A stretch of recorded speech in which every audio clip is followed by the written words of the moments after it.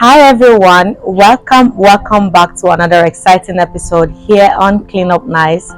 And yes, the only way to clean up nice is through Christ. How are you all doing? I hope everyone is doing well. So today I'll be diving deep into a topic that affects us all, which is love and contentment. So in a world where everyone is chasing for more, we're chasing for more money, more love, more status. How do we stay in peace in the place that we are? Well, I've come to realize that the only way you can find true peace in where you are is when you focus fully on Christ. So when we think about love, we often think about romance, family, or friendships. But really, what does God really say about love? 1 Corinthians 13 verse 4-7, which says, love is kind, love is patient, love is not boastful, love is not jealous. The love has to be genuine. Love is not about what we get. We are often so self-centered that we care about all we get, all about us. So when we learn to love like God, you will notice that you will stop living and wanting people's validation. You start focusing more on experiencing the true contentment that comes with loving without expecting people to love you back. Now let's talk about the trap of discontentment. Honestly, contentment can be hard. Contentment can be very, very hard. We live in a culture that always tells us we need more to be happy. We need more money to be happy. We need a perfect body to be happy. We need a perfect relationship to be happy. But honestly, what is the scale? Who is measuring what is perfect? Who is measuring more money you have?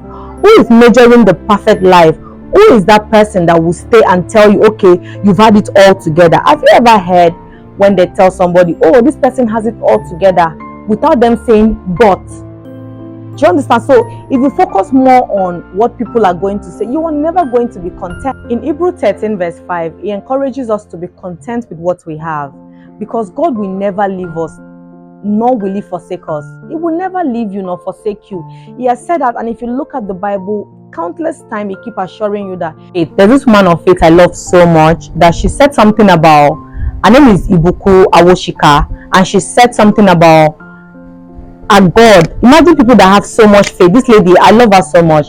She said, a God will not set her upon a rock and kick the rock underneath. Do you know, like, imagine you standing on top of a stool and somebody kick the stool off your legs or off your feet. Do you know how badly you will fall? God is not like that. Our God, the God we serve, the God we love, is not like that. He's not a mean God that will set you upon a rock that will bring you far to where you are now and now abandon you. He has said it. He will not leave you nor forsake you.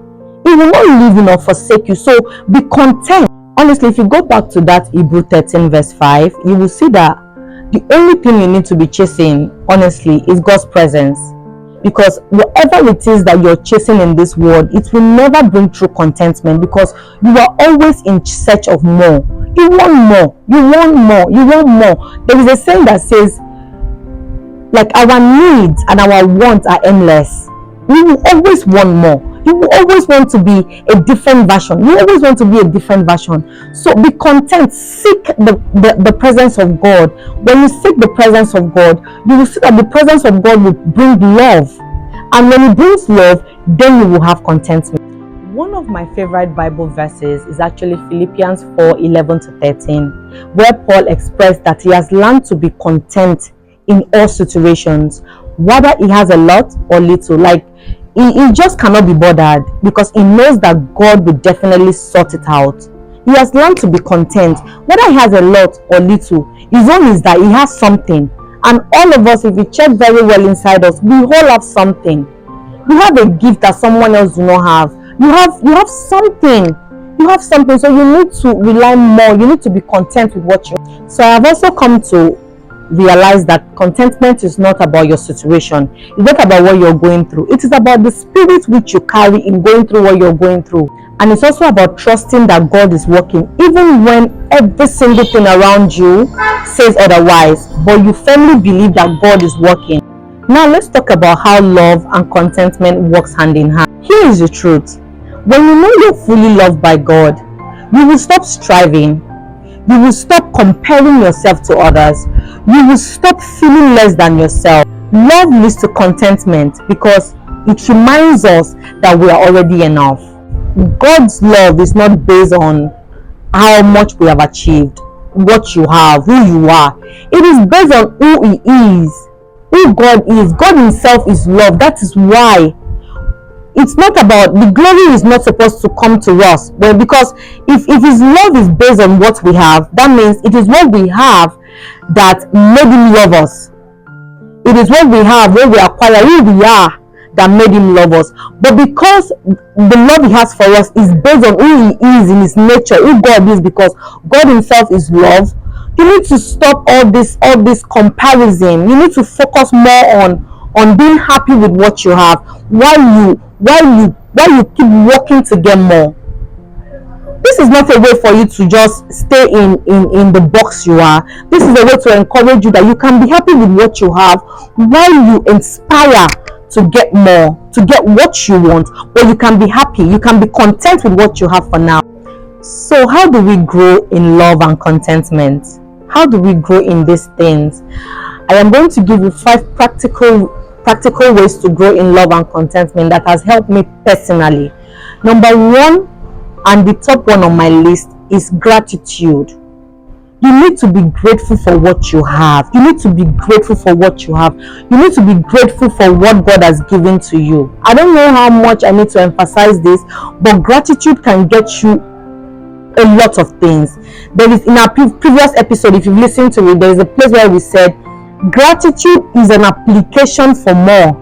When you're grateful, it makes the person that is giving you whatsoever they are giving you to be more excited to give you more. But if you're not grateful, the person is going to be like, no matter what I do, this person is not going to like appreciate it after all. Do you understand? So if you're grateful, God is definitely going to be, this is my child. What more do you want? Imagine you praising God with all your heart, with all your soul, with all your spirit. Not even doing it so that people will think you're a child of God, but doing it because you're truly a child of God. How do you think God will feel? God will be like, this little thing that I give to this person, this thing I give to this person, and this person is this grateful, let me give this person more. That is how it works. Gratitude is truly an application for more. Just like I said, number 1, you have to practice gratitude. Thank God first for what you have.